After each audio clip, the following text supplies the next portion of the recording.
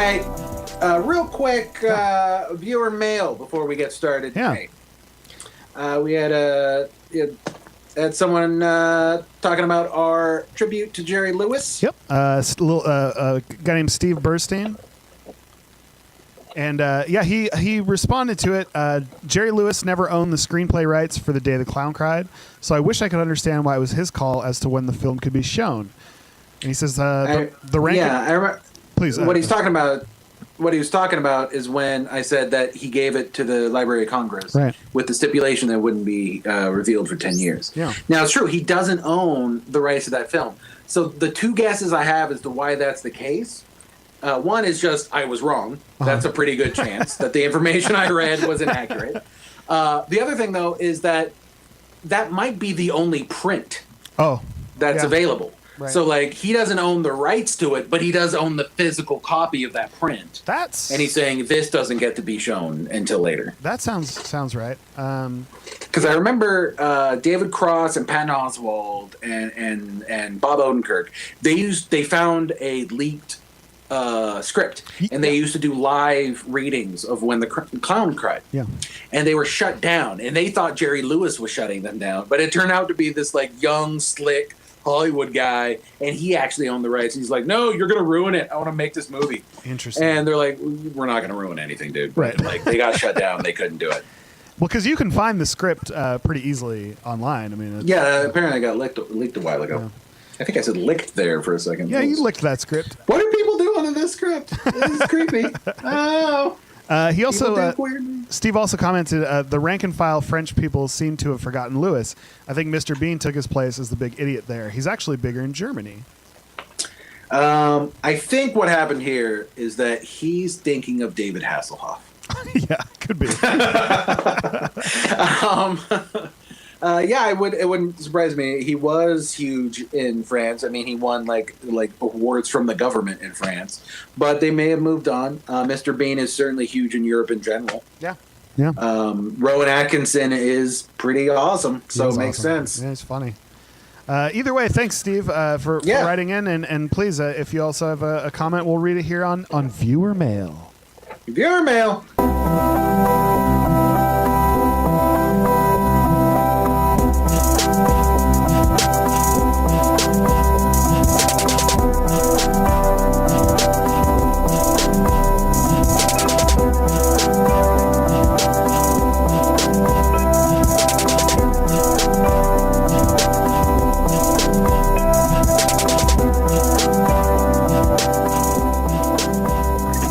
Welcome to Overrated. Yes, with me, your host, Michael J. O'Connor.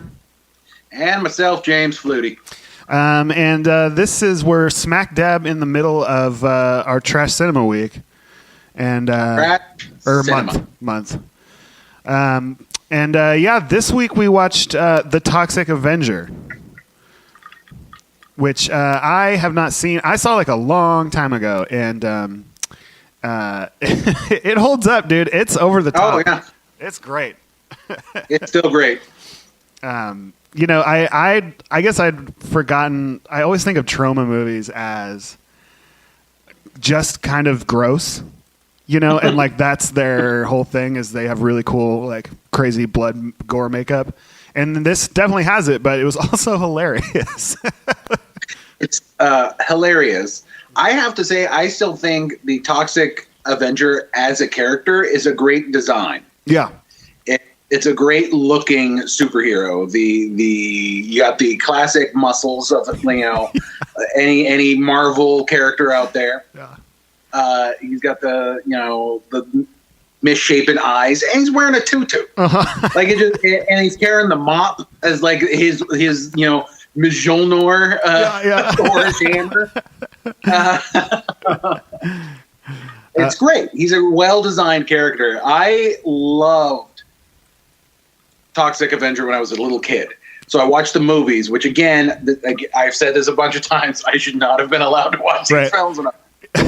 But I did. And I love the cartoon. Toxic Avenger when I was a little kid. It was great. Yep. I just love the character I've seen it a few times since, but it had been a while. Yeah. Yeah, same here. I don't think I was allowed to watch the cartoon, although I do remember it.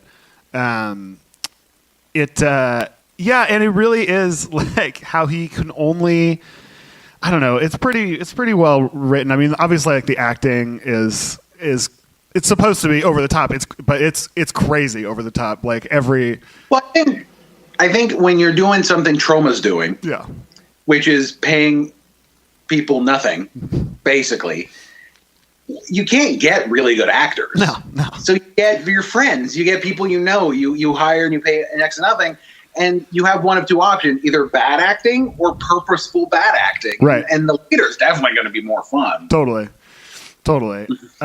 Yeah, there's a lot of. Although Oscar-winning Marissa Tomei, is in Toxic Avenger, so obviously the acting. Was she in the cut that you saw? Because she wasn't in the. Yes. She wasn't in the one that I saw.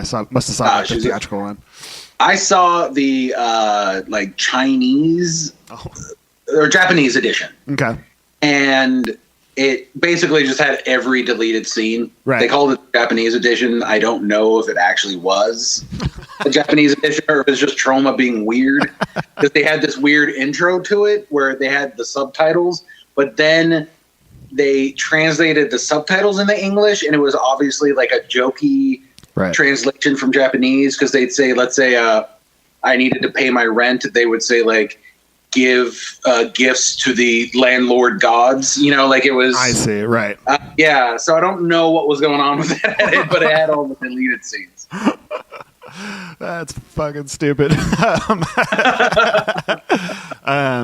Yeah, man. I mean, and now this was because they were just kind of known for doing like crazy sex comedies before this, and this it really set the tone for all of the rest of everything they've done since then.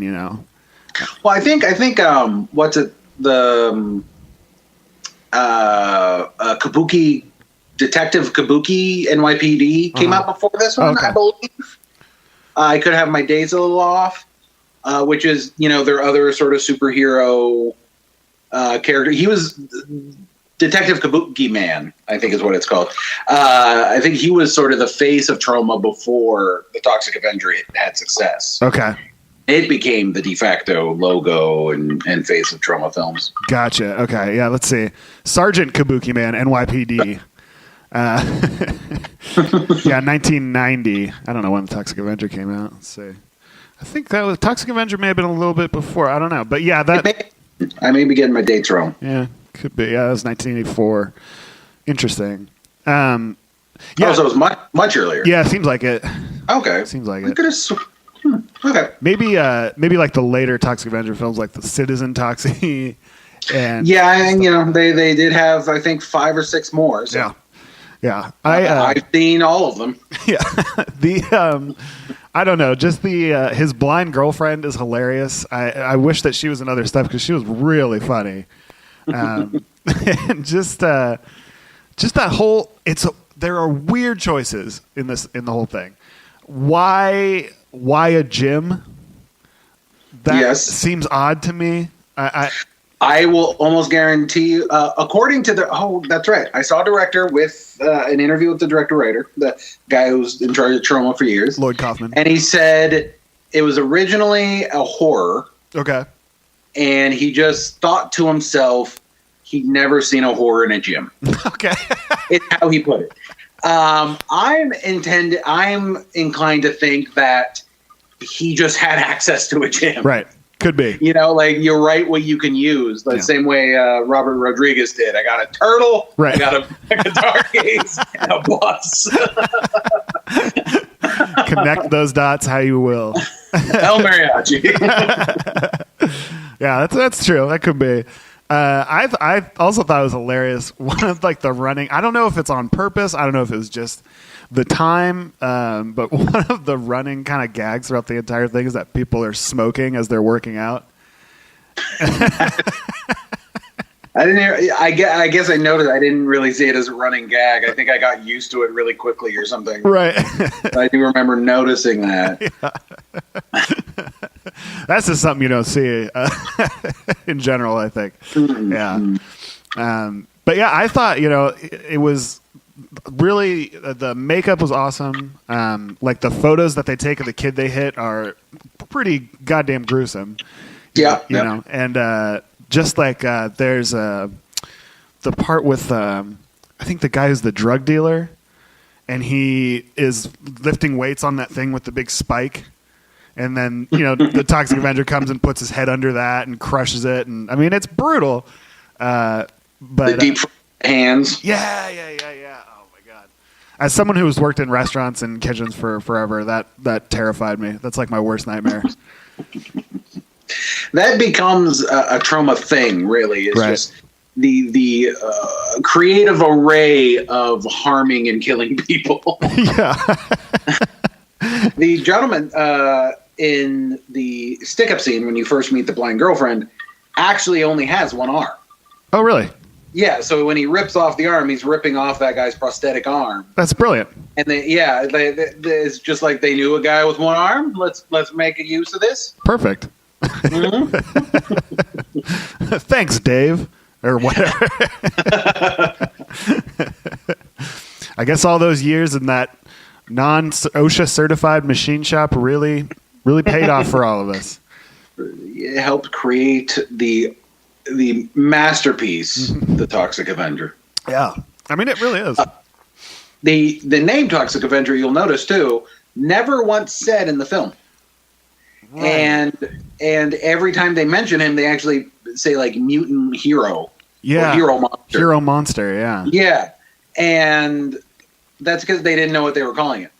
That makes sense. So they just did that. Maybe they were thinking about calling it Hero Monster, which sounds like a Japanese like cartoon or something. Right.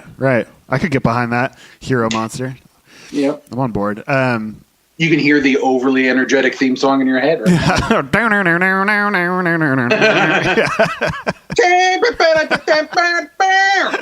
Yeah.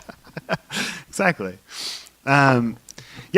It's funny when I was talking to my wife about this movie and I wonder if some people have the same reaction to it. And she was just like, you know, she hates Troma movies. And it got me thinking that there's a vibe to them that I feel like you either can get behind or it just, I don't know if it grosses her out or if it's just too over the top. I don't know, you know, because whoever is in charge of the makeup and the special effects and stuff, especially on that, I think it is, you know, it looks great and it's legitimately gross. Like I remember there was, I don't know what movie it's from, but I saw it when I was, again, this is kind of a running theme with us, but I saw it when I was way too young. And there was a skateboarder who's skating and he hits his head on a fire hydrant and he just kind of like goes like holds his head like this and then pulls off like a piece of his skull. I want to say, and if anyone hears this, they can correct me. I want to say that's Nukem High. Okay. But I could be wrong. Yeah, I just remember seeing that and being crazy disturbed by that. So I can understand where she's coming from, you know. Yeah, there's something about, even if it doesn't look as real, there's something about practical effects that can make it really creepier. Yeah, right. Mm-hmm. That seems to be. Yeah, it seems to be it because. Yeah, it is. Is it? I wonder if it's that, you know, that uncanny valley where something you heard about that, you know, where something just kind of it's almost right, but it's not. Yeah. For our listeners, practical effects. Just in case you don't know that term, that just means no CGI. That means you're just using makeup and prosthetics and stuff like that. Right. The uncanny valley is this concept that. Once CGI, maybe I'm thinking of something else. Once CGI becomes too real, it stops. There's a sort of a peak of how real it is. And then once it goes above that, it becomes creepy. Right. So the thing that people point out a lot is Polar Express. Polar Express, yeah. Tom Hanks in Polar Express, he looks a little too real, and then it becomes kind of creepy. Right. And that's because they're trying to do a person. You do Golem. Right. And even though he's supposed to look kind of creepy, he's actually kind of cute. Right. And he's fine because he's not a human. Yeah. So yeah, you have that. If you try and do something, a human being in CGI, there is this concept that it becomes creepier the more you try and make him look like a person. Right. Yeah, it's why I wonder if it's why you ever see like that guy that he kind of took his partner's personality. I think the robot's name is Bina, and he made this robot of her. She's still alive. It would be sad. For the longest time, I thought that she had died, and that story became really sad. And yeah, but she's still alive. He took her. He made this robot that looks, exactly like her, and it can talk back to people. It's like this. Supposedly, this really. I'm sure at this point, I saw this a couple years ago. I'm sure that there are more sophisticated AI now. I'm wondering if this is the same person I've read about. The person I read about was a her. It was like her partner, but she was transgender. I believe that. So, yeah, this is the same person. I think so, because I think at the time he was still a he. I'm not going to claim to know exactly the story, but yeah. John Bronson, fantastic writer, wrote a story about interviewing her, and one of the most fascinating things was how unbelievably remarkable this woman is. Yeah. Right. She got a disease. This is early on in life, and then cured it. Like, just started studying it and basically cured her own disease. She helped create all this technology for communications. That's how she became, and like, just really, like, cell phones are what they are because of her. Crazy. And like on top, and then she started pouring money into AI, just feeling like it was the sort of future of technology. Right. Yeah, I don't know if you've seen like this robot work, but it is fucking wild, man. And I really do want to see it. I haven't seen it. I remember looking for it. I didn't find it. Yeah. I mean, it gives you the willies, because it is that same kind of thing, because it is almost like you're saying, like, it's a practical effect. It's a real thing. That's talking, it gives you the goddamn willies. But it does not quite human. Yeah, not quite. Where the movements are just a little too, that stuff is a little strange. Like those like greeting robots they have at like certain hotels and stuff. Oh God, yeah. Oh yeah, they're just not quite there. Let the technology wane another like 10, 20 years. Right. You keep expecting them to be like, welcome to the blah blah blah or whatever it is. We will have the uprising in 5. You have 10 seconds to comply. I wonder if they take over, if these robots take over any kind of like concierge, retail work, if people are going to be more or less upset that they never show emotion. Because a lot of people's complaints about like, I went to the Target and the person was giving me attitude. Yeah. Like, I wonder if they're going to be more upset when you're yelling at them because you're upset, and they're just like, let me see if I can. They never lose their cool. They never are hurt by the things you say or scared. So unsatisfying. People really do seem to go to places to abuse the staff there. Oh yeah. Oh yeah. They've all been to every job I've ever had. Yeah, exactly. They seem to both worked many retail jobs, so we know what that.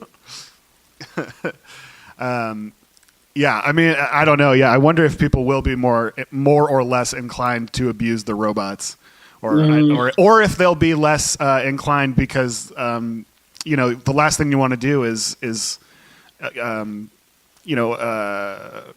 offend an entire race of intelligent robotic unless when Terminator-esque uprising happens, they go for the abusive retail shoppers. Yeah. The 70-year-old woman on a Tuesday that has no place better to be. Trust me. Yeah. Anyway, we could use a little Toxic Avenger on people like that, because the Toxic Avenger only. I thought that was kind of one of the interesting things is he only attacks bad people. Evil people. Right. Yeah. Right.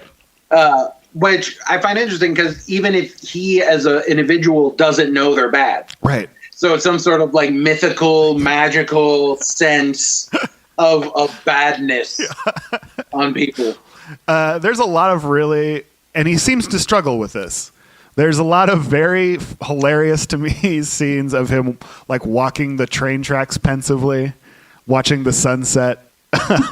They do like the montage where it's like they just wanted to pad the film, right? Because it's just the same 5 shots again and again, a little like Glenn and Glenda. Yeah, a little bit. Yeah, yeah. They got their use out of that makeup. That's for sure. Yeah, it was. I don't know, man. Like it has its own vibe to it. That's kind of like not really like anything I've seen before. You know, like I say, it's been years since I've seen it. So I think when I first did, I didn't quite understand how kind of original it was. I mean, it's really. Yeah. When a movie, I've noticed when a movie or show does something that's very unexpected, that my brain has sort of 1 or 2 initial reactions, which is either I don't like that, even if it's good, even if they did something, they made a change that's good, right. My initial reaction will be like, that makes me uncomfortable because it's weird and it's different. Right. Or I just kind of laugh and I'm like, that's so bizarre. Right. There's a lot of that in Toxic Avenger. But one of the main ones I know was the choice of voice for the Toxic Avenger. Is that they didn't go with this sort of like, I'm the they could have gone like something. Yeah. But instead, he sounds like this all-American G.I. Joe. Yeah. It's amazing. Not even that. Like, he's not even really heroic in his voice. It's just very, very, very calm and confident, like a car salesman. Yeah, it's crazy. It's an odd choice, man. It's very just like this. You know, it's why. It's almost movie phone. Yeah. Totally. Andy Dufresne. It's really trying Morgan Freeman there. It's a little bit like that though. It's kind of if I can do my Morgan Freeman impression. I remember the first time I saw Andy Dufresne. No, that wasn't quite it. You got to be in the right mood, I think. Swam through a river of shit. Yeah, I mean and it's weird, especially because the guy. The guy that a little closer to that. I'm not going to keep trying. That'll be boring. let's just for 40 minutes. No, that's not quite it. Let's look up videos. Well, a little more vibrato from back of the throat. Back of the throat. Yeah. What's really so kind of startling about it is that the guy that turns into the Toxic Avenger, Melvin, is very like, oh, like it's so funny. He's a very Jerry Lewis. Yeah, in the beginning of that, and then suddenly, the Toxic apparently also makes him talk like a human being and understand things more. Yeah. Like throughout the beginning of this, he doesn't quite understand what's going on in any way around him. Right. He totally buys that girl wants to meet him. Like he's just like, sure. Yeah. That sounds. You've been nothing but abusive and horrible. I'll totally put on a tutu and follow you blindly. Apparently, that actor got lice from that sheep. Oh, really? Yeah. He put some mayonnaise in his hair. Oh, God. I didn't know sheep lice was a thing. I'm going to have to be more careful. I don't think it's sheep lice. I don't think they're a kind of lice. Oh, there's the lice. Those you can get rid of. Those sheep lice, you got that for life. That shit's for life, bro.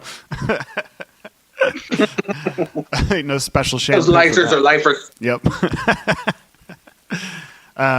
Yeah. Anyway, I really liked it. I liked it a lot. It's the kind of movie I feel like there's so much so much of the dialogue is re-recorded. There's hardly any actual on-set dialogue, and so it has that again kind of odd feel to it where it feels unnatural. As just in its construction. It is trash cinema. You notice that a lot. The having to redub the dialogue because there's some problem with the audio, or they didn't have enough money for separate audio.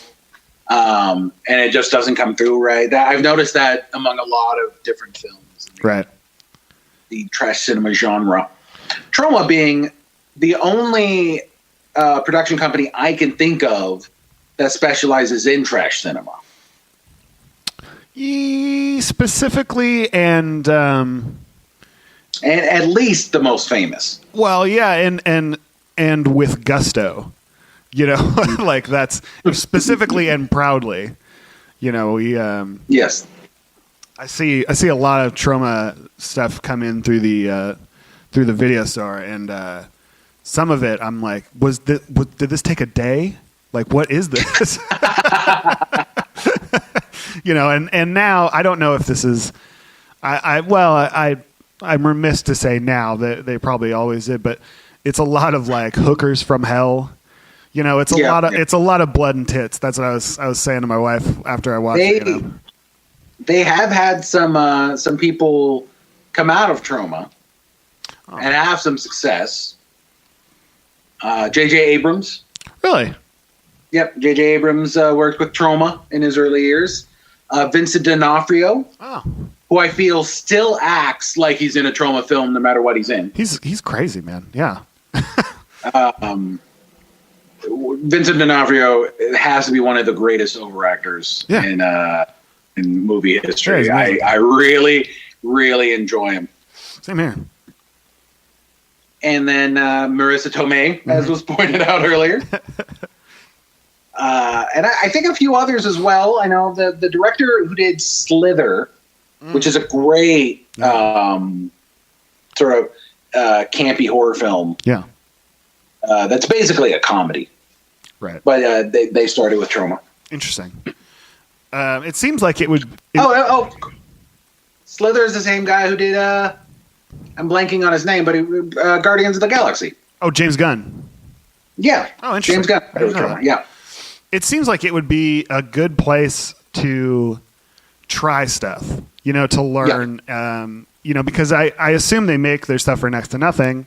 They just have this like office in New York, that it would be a good place for someone like James Gunn or J.J. Abrams to, learn on the job. I know, because low stakes, And I think a lot of the really good writer directors, like if you take Guardians of the Galaxy as an example, the first one in particular, is you get such good movies when you have a smaller story. Right. When you have these big Marvel movies, which I love, by the way, I'm not dissing Marvel movies. Sure. But you have these really big stories with a million characters, and the entire fate of the planet is at stake, and the universe is going to be destroyed. Right. And they're great movies, but you get such cool movies from a smaller story, like the first Guardians, and from Serenity or Firefly. Yeah. Right. Where you really, it's a big giant sci-fi world, but you're really just following this little ragtag group. Yeah. And I feel like you get that a lot when you're forced to write with a budget. Uh-huh. When you're forced to go, well, these are the tools we have, right around that. Right. I think Troma would help you develop that. Mm-hmm. That's one of the things that I liked so much about Rogue One. Is it was self-contained. Mm-hmm. It's one of the reasons why I can't get into Game of Thrones. Is it's just too vast for me to. It's not that I can't take it in, but it's just it seems exhausting. All right, well, it was cool to have a podcast with you. I think we're kind of done. Not that I don't like it. It's too much. It's too much. Too late.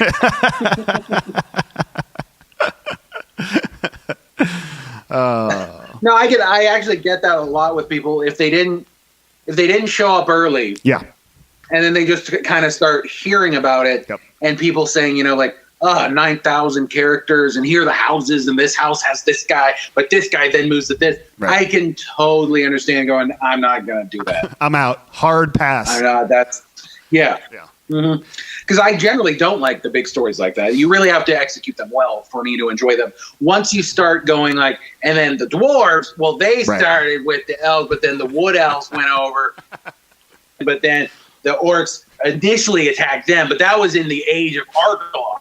Now you can just take that or leave that. But then once you can do that, I'm usually like, I'm not going to read that. I don't have time for that. Yeah. But for me, Game of Thrones is sort of an exception to that. I started reading the books before the show came out because I just like fantasy worlds, and it got so many good reviews. Totally.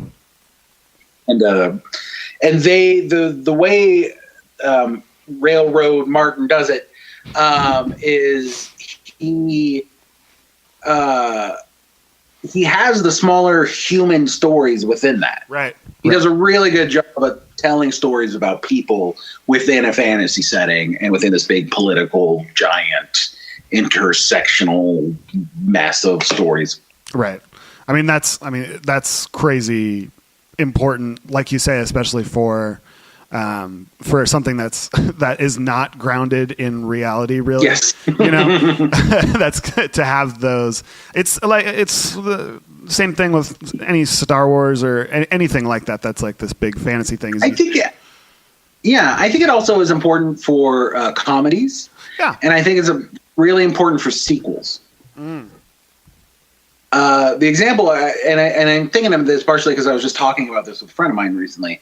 Actually, since she wants me to talk about her, my wife, he was like, I want to be mentioned. I was going to, she listened to one of our episodes and she was like, I thought you were going to talk about me, but then you didn't. And I was all sad. I'm like, my initial thing is to not bring you up. Like, that sounds like rude. Yeah. And so that was me trying to avoid it there. But I was talking to my wife, and I was saying, like, they should really decide to go smaller. Because if you look at Dumb and Dumber, for example, I love the first Dumb and Dumber. I think it's hilarious. Yeah.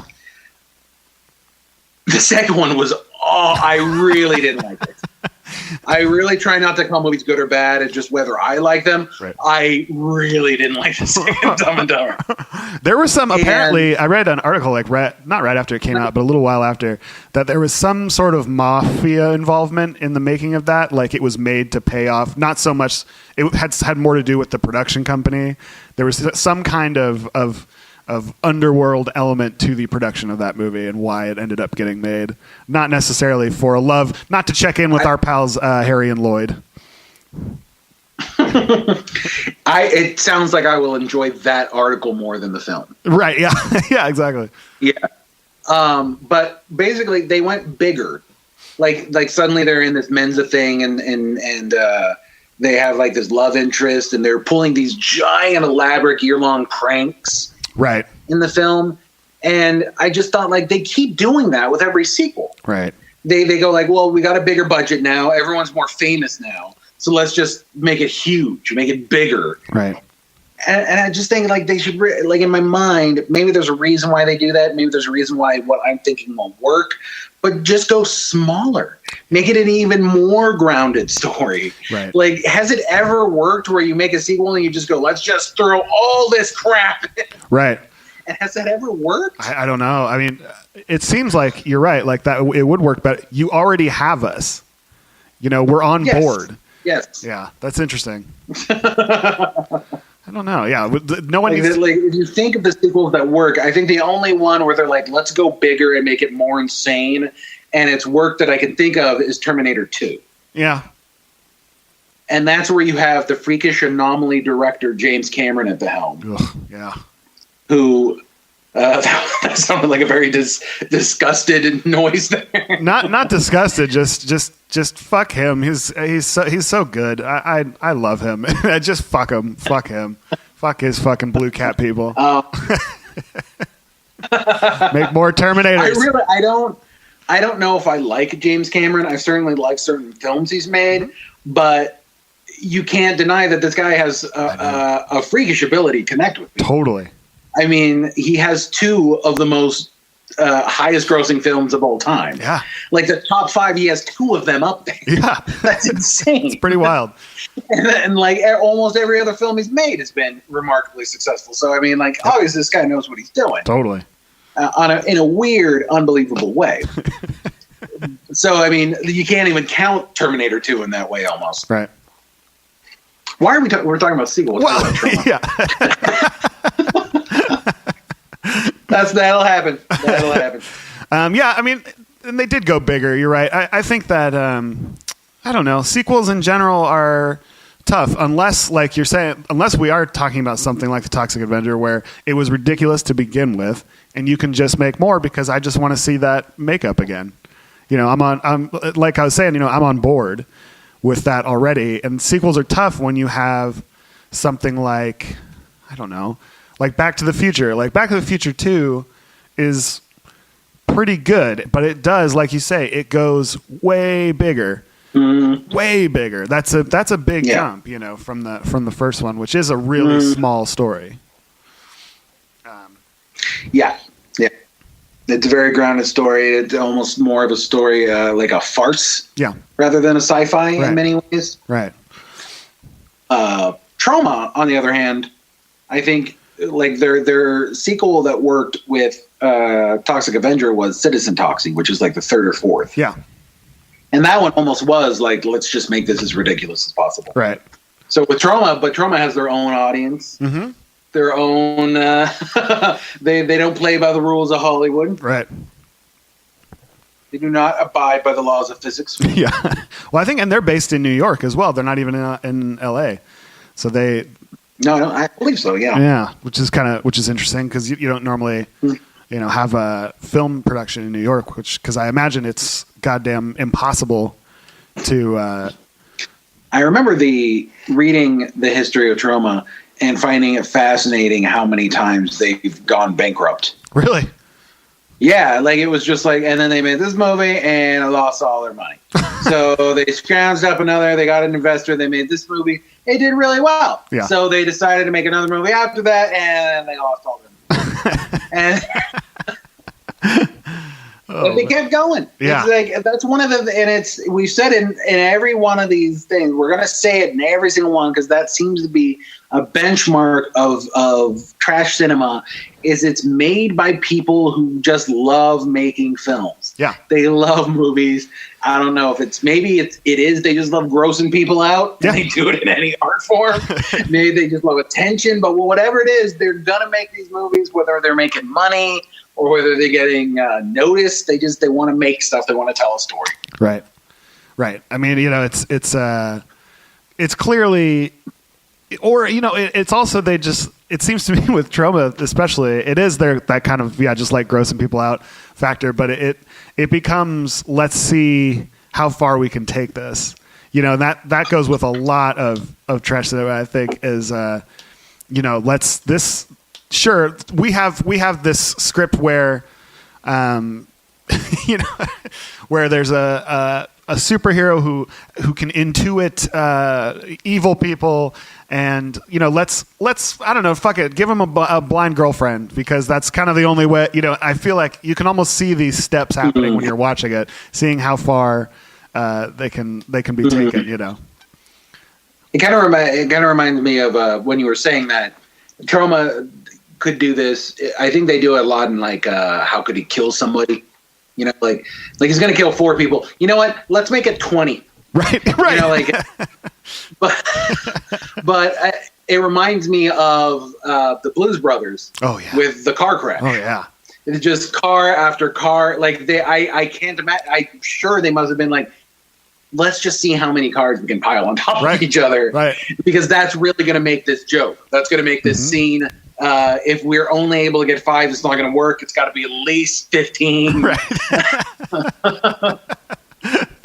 I will say they made a sequel to that, which I you know, it's kind of the answer to the question no one asked, but it's there is a car crash scene in that one that they do even more and go even bigger with, and it's pretty funny. Yeah, I mean, it's because that's one of those things that I was a little like, I don't think I'm ever going to see this. Right. But partially because I was a little scared that I would like it. Yeah. Because it seemed stupid to make it. Right. But I love John Goodman and I love the Blues Brothers. So it would be like I could really see enjoying this. Yeah. Those are 2 things I enjoy. Like if John Goodman was in the original Blues Brothers as like another character, that movie would be even better. It'd be fine. Right. It'd be totally fine. I had a guy actually a little while ago come into the video store and he asked me if we had the Blues Brothers. It was checked out. It was gone. So I told him, he brought up the sequel, and I told him, I got to tell you, I don't think that you want, I don't do that often, but this is not going to scratch the itch you're looking for. And so I just gave him Raising Arizona instead. Yeah, there you go. If you want John Goodman, that'll do it for you there. Yeah. I mean, really, for the most part, if someone's looking for a good film and you don't have it, just point them to almost any Coen Brothers film and they'll be happy. Totally, yeah. Like, if they're not going in looking for, like, Frozen or something, then obviously that's going to be a bad idea. We don't have that, but Frozen. You might like Blood Simple. But, like, if they're looking for a good film, you could point them at almost any Coen Brothers film as the alternative. It's true. They should be happy. God, fuck the fucking Coen Brothers, man. They're just, it's crazy. I rewatched, I don't know if we've talked about this before or not. We've done enough episodes now that I can say that. I watched Barton Fink a little while back and realized after doing... You watched what? Barton Fink. Oh, yes. And realized that after doing some reading about it, that they wrote that movie to take a break from making Miller's Crossing. Like, that's how creative and kind of insatiable those guys are. They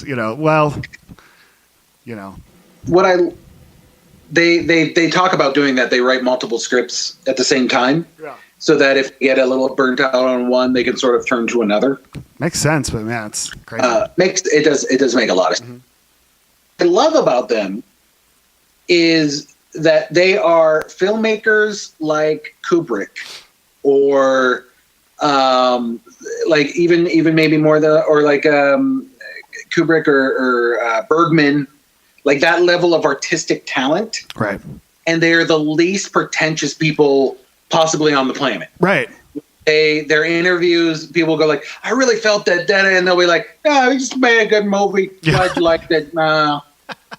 And like William H. Macy was talking about working with him, and they said it was like working with two of the nicest stoners that you'll ever work with, because they're so relaxed. Like, they just kind of go like, oh yeah, try this, see if it works. I don't know. Right. Like, that is so, it just goes to show you don't have to be this control freak asshole to make a good film. Totally. You don't have to be this dead inside, tortured, heinous artist. No, you can just be good at what you're doing. Right.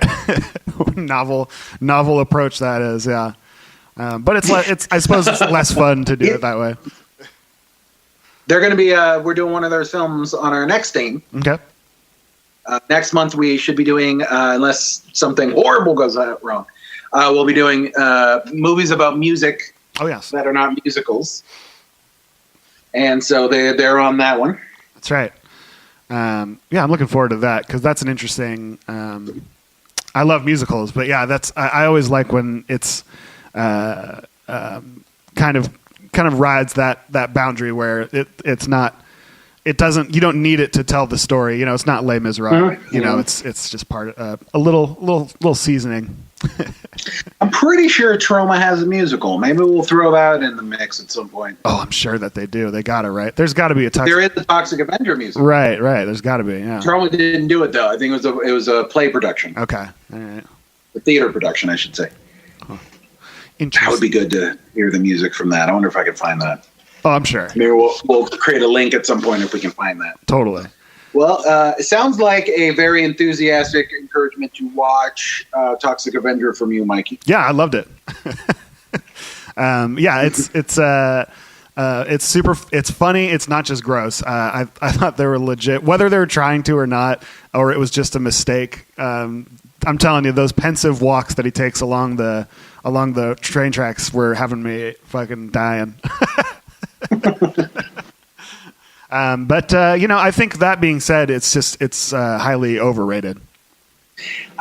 It saved Troma Productions, which has become famous in the annals of filmmaking as an alternative scene, as a honest scene, and it is the face of trash cinema in many ways. And, of course, completely overrated. 100%. All right. Well, join us next week when we'll be finishing up Trash Cinema Month and discussing the great John Waters' early swan song, Pink Flamingos. Pink Flamingos?